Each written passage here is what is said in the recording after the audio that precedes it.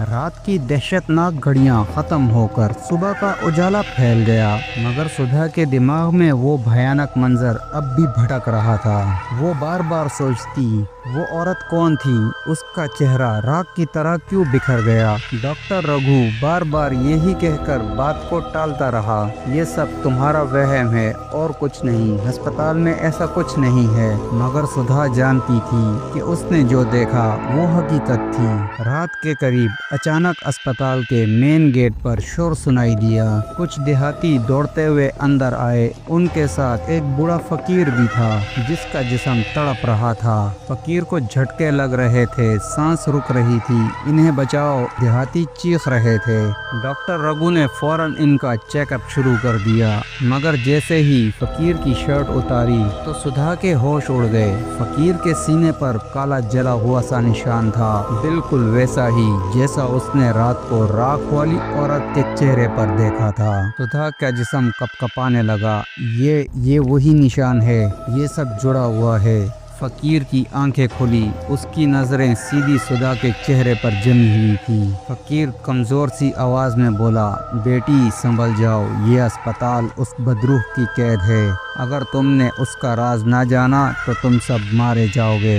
ये कहकर उसने जोर की चीख मारी। पूरा अस्पताल हिल गया, बल्ब टिमटिमाए और बुझ गए।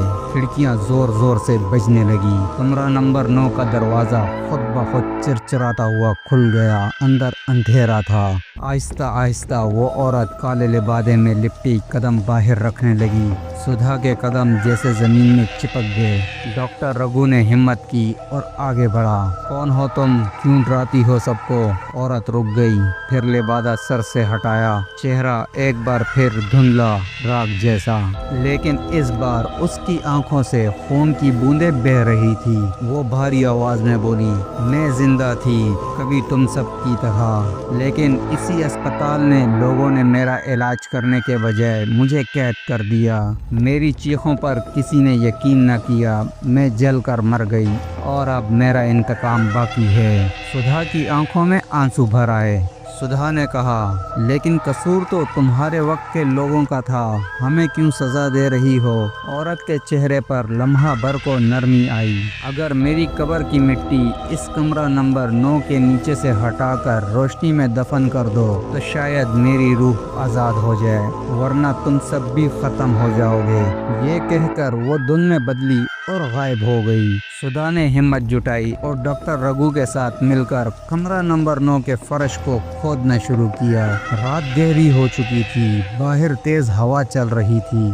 जैसे ही जमीन खोदी गई, एक पुरानी हड्डियों से भरी कब्र नमूदार हुई। फिजा में जहरीली बदबू फैल गई। सुधा ने आंखें बंद करके वो मिट्टी निकाली और हड्डियों को कपड़े में लपेटकर लॉन में ले आई। सुबह की पहली किरण फूटी ही थी तो इसने करीबी कब्रिस्तान में हड्डियों को दफन कर दिया। अचानक हवा थम गई, बादल छट गए और अस्पताल पर बरसों के बाद सुकून सा उतरा। सुधा ने महसूस किया कि किसी ने इसके कंधे पर हाथ रखा है। वो पलटी, लेकिन वहाँ कोई ना था। बस एक धीमी आवाज गूंजी, शुक्रिया, अब मैं आज़ाद हूँ। डॉक्टर रघु ने भी सुकून का सांस लिया, वरना न जाने क्या क़यामत आती। सुधा आसमान की तरफ देख रही थी। रात के अंधेरे और खौफ के बाद पहली बार रोशनी ने उसके दिल को छुआ था।